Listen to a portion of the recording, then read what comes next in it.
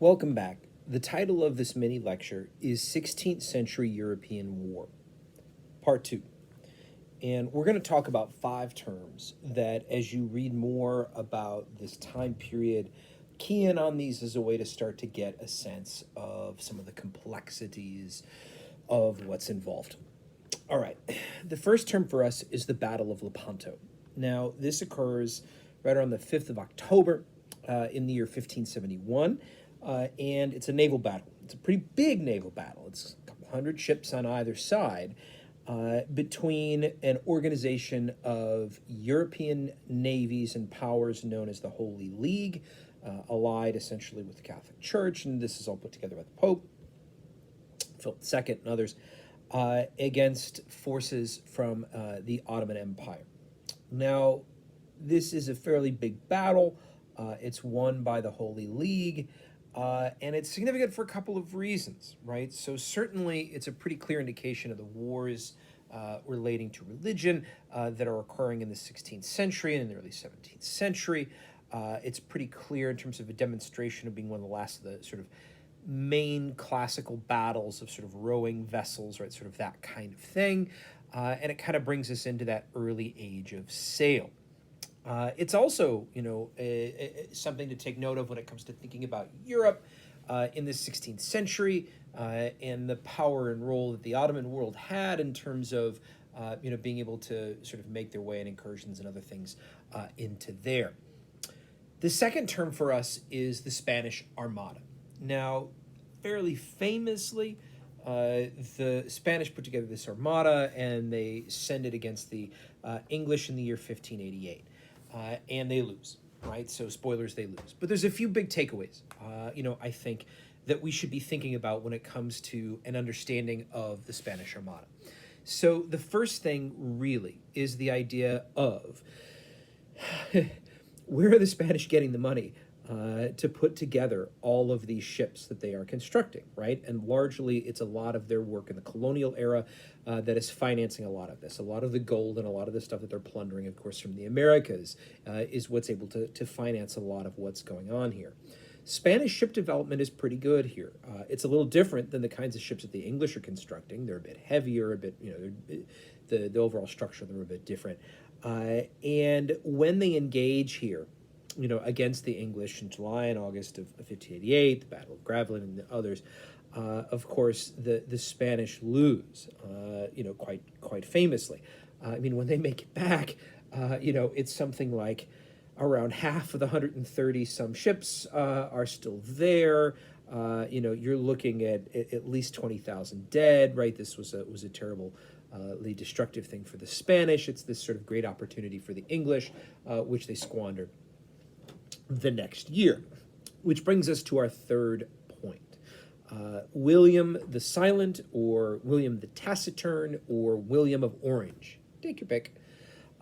So William was what was called a stadtholder, which means he was kind of put in power as a governor for some of the Low Countries here on the part of the Habsburgs. So the Low Countries, right? So like the modern Netherlands and Belgium and a few others, Luxembourg and others. These are areas that are under control of the Habsburgs and the Spanish as well for quite a long time and are going to begin a revolt in the 1560s. And William had been kind of put in power by the empire here as a governor, but he eventually becomes a leader of the resistance and the opposition to them. And he's assassinated in the year 1584. Now, William had gotten some support, of course, from the English, which shows some of the different power dynamics that are at play on the continent in this war and insurrection against the Habsburg Empire and their authority in the 1560s and 70s. This brings us to our fourth point, which is the Dutch Revolt. So the Dutch Revolt was this long, drawn-out process. It's kind of the first phase of what was called the 80 Years' War, which was this effort on the part of the Dutch to create their own independent republic, but the emphasis on the part of the Low Countries as well to be able to become independent and separate from the Habsburgs and the Empire also. So this begins around 1566, and you're going to see sort of a de facto Dutch republic through a series of conflicts, able to have a measure of its own independence, by about 1581. But the insurgent wars that they're undertaking against the Habsburgs are going to take a long time. And you don't really see the full final legal recognition of their independence until the Treaty of Munster, or the Peace of Munster, and the Westphalia Treaty as well in 1648. And it would take a few generations more for some of these other countries as well to be able to separate, because part of the Republic and the initial treaties involved a recognition of the southern sort of provinces still staying in Spanish authority. All right, this brings us to our fifth term, which is Edinburgh Castle. Now, Edinburgh, Scotland, of course, is a fairly famous city. And one of the reasons I wanted to mention the castle was kind of twofold. So in the 16th century, European militaries are going through some fairly profound strategic and tactical transformations, right? The revolutions of this particular age, right? Movements towards the embracing of gun technology as mainline infantry weapons, a wider ubiquity of the embrace of cannons. Although there will be fortifications, a movement away from castle construction, a decline in armor, right? This is the era of the beginning of an age of sail. There's a lot that's going on here. But you still, of course, see armies and states that are in conflict with one another, and you still see the use of earlier medieval technologies in conflicts. And so Edinburgh Castle is going to be one of these places. Now, it's a castle that had some of the earlier very large cannons, some of these early huge cannons, such as Mons Meg, which they got in 1457. And the castle still has a lot of new construction going on. So the Great Hall, which is built in 1510. But it's also going to be a site of military authority and political authority.